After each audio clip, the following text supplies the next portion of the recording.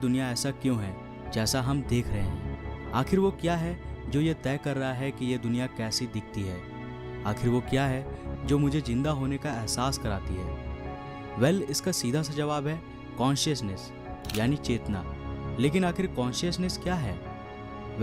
हम नहीं जानते हैं। हम बस इतना कह सकते हैं कि कॉन्शियसनेस वो है जो एक जीव को जिंदा होने का अनुभव कराता है। पर क्या ये दुनिया वाकई में एक सच है, या शायद ये एक सपना है जिसे किसी ने खास हमारे लिए बनाया है? आखिर हम कैसे कह सकते हैं कि एक सपने में और एक वास्तविक दुनिया के बीच में क्या फ़र्क है? हम जो कुछ भी हैं वो सब कुछ ये हमारा दिमाग है। सारा कुछ इसी के अंदर समाया हुआ है और यही हमें किसी भी चीज़ के होने का अनुभव कराता है।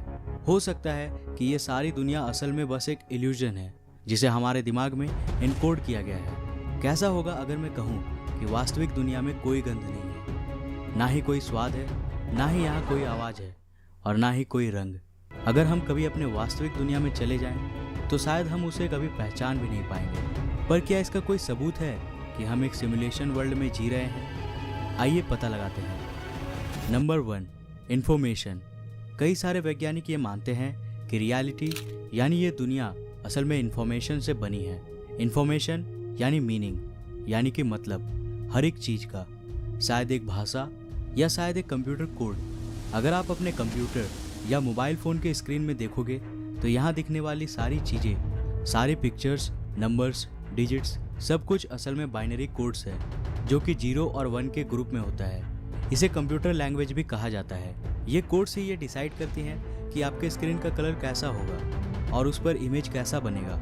ठीक उसी तरह से हो सकता है कि हमारे ये दुनिया भी असल में खास तरह के कोड से बना है जिसे हमारा दिमाग एक बिल्कुल रियल वर्ल्ड की तरह दिखाती है। आप वर्चुअल रियलिटी का भी उदाहरण ले सकते हो।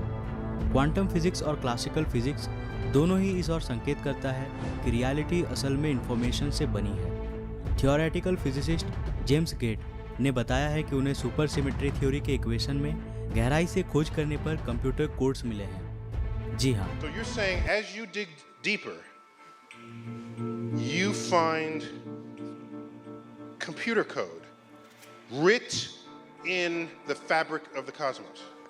Into the equations that we want to use to describe the cosmos, yes. Computer code. Computer code, strings of bits of ones and zeros. You're saying it is computer code. It's not even just is computer code, it's a special kind of computer code that was invented by a scientist named Claude Shannon in the 1940s. तो क्या ये सही है कि ये दुनिया और कुछ नहीं, बस एक वर्चुअल रियलिटी है? Number 2, pixelation. German physicist Warner Heisenberg ने क्वांटम मैकेनिक्स के पहले इक्वेशन की खोज की थी, एक प्रकार के गणित के जरिए जिसे हम कहते हैं द मैट्रिक्स थ्योरी। इन्होंने पता लगाया कि स्पेस और टाइम असल में 3 डायमेंशनल क्रिस्टल से बने हैं जिसकी आकृति एक टेट्राहेड्रॉन है, यानी एक 3 डायमेंशनल इक्विलैटरल ट्रायंगल, जिसके प्रत्येक किनारे की लंबाई इस ब्रह्मांड की सबसे छोटी पॉसिबल इकाई है जिसे हम कहते हैं प्लैंक लेंथ। एक प्लैंक लेंथ 10⁻³ मीटर के बराबर होती है, यानी 0.35 zeros and 1 मीटर। आसान भाषा में कहे तो एक प्लैंक लेंथ एक प्रोटॉन के साइज से करीब 100 अरब गुना छोटा होता है। तो जैसा कि आपने देखा होगा कि आपका टीवी स्क्रीन भी छोटे छोटे ब्लॉक्स में बटा हुआ है जिसे हम पिक्सेल्स कहते हैं। ठीक उसी प्रकार हाइजेनबर्ग ने बताया कि रियलिटी भी असल में इन 3D पिक्सेल्स यानी इन टेट्राहेड्रॉन से मिलकर बना है। यानी हम जिस दुनिया को देख रहे हैं वो और कुछ नहीं बल्कि छोटे छोटे 3D पिक्सेल्स हैं। आप, हम, आपका कंप्यूटर, आपका मोबाइल, सारा कुछ और कुछ नहीं बल्कि ये छोटे छोटे यूनिट्स हैं जो आपस में मिलकर एक परछाई बना रही है। लेकिन आखिर हम इन परछाई को रियल कैसे मान लेते हैं? आखिर क्यों ये दुनिया हमें इतनी वास्तविक लगती है? वो क्या चीज़ है जो हमें इन पिक्सेल्स या इन्फॉर्मेशंस को एक 3 डायमेंशनल वर्ल्ड के रूप में दिखाती है?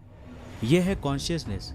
कॉन्शियसनेस का हमारे वास्तविकता के साथ एक गहरा संबंध है। लेकिन इसके बारे में जानने से पहले आइए पहले जानते हैं इसे। Number 3, causality loops. Albert Einstein ने अपने सिद्धांत के जरिए बताया कि टाइम असल में एक इल्यूजन है। हमारे दैनिक जीवन में हम समय को एक लगातार चलते हुए क्रम में देखते हैं जो कंटिन्यूअसली पास्ट से फ्यूचर की ओर बढ़ रहा है। लेकिन इमेजिन कीजिए कि ये सारा ब्रह्मांड, सब कुछ एक सिंगल मोमेंट में फ्रीज है, ठीक मूवी के एक सिंगल फ्रेम के जैसा। हम समय को इन फ्रेम्स के एक सीरीज के रूप में भी देख सकते हैं। जहां हर एक फ्रेम में ये संसार ठहरा हुआ है और हम इन फ्रेम्स के एक सीरीज में आगे बढ़ रहे हैं। अगर हम इन सारे फ्रेम्स को या कहें तो सारे मोमेंट्स को एक लाइन में रखें, ब्रह्मांड के सारे पॉसिबल मोमेंट्स को बिग बैंग से लेकर अब तक, तो हमें मिलेगा एक जियोमेट्रिक ऑब्जेक्ट जिसे आइंस्टाइन ने नाम दिया block.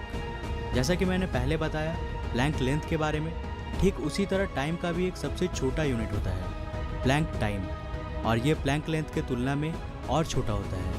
1 Planck time equals to 10⁻⁻43 seconds होता है। यहाँ हर एक फ्रोजन मोमेंट्स दूसरे से थोड़ा सा अलग होता है। आइंस्टाइन ने बताया कि सारा समय सारे समय में सब समय होता है। वेल, इसका क्या मतलब है? इसका मतलब है हमारा भविष्य, वर्तमान तथा भूतकाल सभी अलग अलग फ्रेम्स में मौजूद होते हैं, लेकिन आखिर ये फ्रेम्स या मोमेंट्स केवल पास्ट से फ्यूचर की ओर ही क्यों बढ़ता है? ये फ्यूचर से पास्ट की तरफ क्यों नहीं बढ़ता?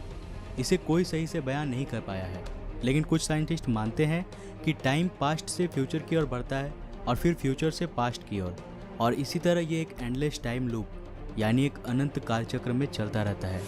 लेकिन हमारा खोज अभी खत्म नहीं हुआ है, हम तो बस अभी वास्तविकता के खोज में निकले हैं। याद है मैंने आपको पहले बताया था कि कॉन्शियसनेस का हमारे वास्तविकता से एक गहरा संबंध है। उसे हम जानेंगे हमारे नेक्स्ट एपिसोड में। तो आज के लिए बस इतना ही। नेक्स्ट एपिसोड में मैं आपके सामने रखूंगा एक ऐसा सबूत जो वाकई में आपको वास्तविकता के बारे में सोचने के लिए मजबूर कर देगा। तो अगर आपको नेक्स्ट एपिसोड चाहिए तो इस वीडियो को ज़्यादा से ज़्यादा लाइक करो। अगर इस वीडियो में कुल 4500 लाइक्स आए तो मैं आपके लिए इसका अगला एपिसोड भी जरूर बनाऊंगा। तो वीडियो को ज़्यादा से ज़्यादा लाइक करो और अपने फ्रेंड्स और फैमिली के साथ शेयर करो। साथ ही अब आप हमसे फेसबुक और इंस्टाग्राम में भी जुड़ सकते हैं, लिंक्स आपको डिस्क्रिप्शन में मिल जाएंगे। अगर आप नए हो इस चैनल पे तो ऐसे ही और इंटरेस्टिंग वीडियोस के लिए चैनल को सब्सक्राइब करने के साथ साथ नोटिफिकेशन बेल को भी ऑन कर लो। मैं मिलता हूँ एक और नए एपिसोड के साथ, तब तक के लिए जय हिंद, बाय।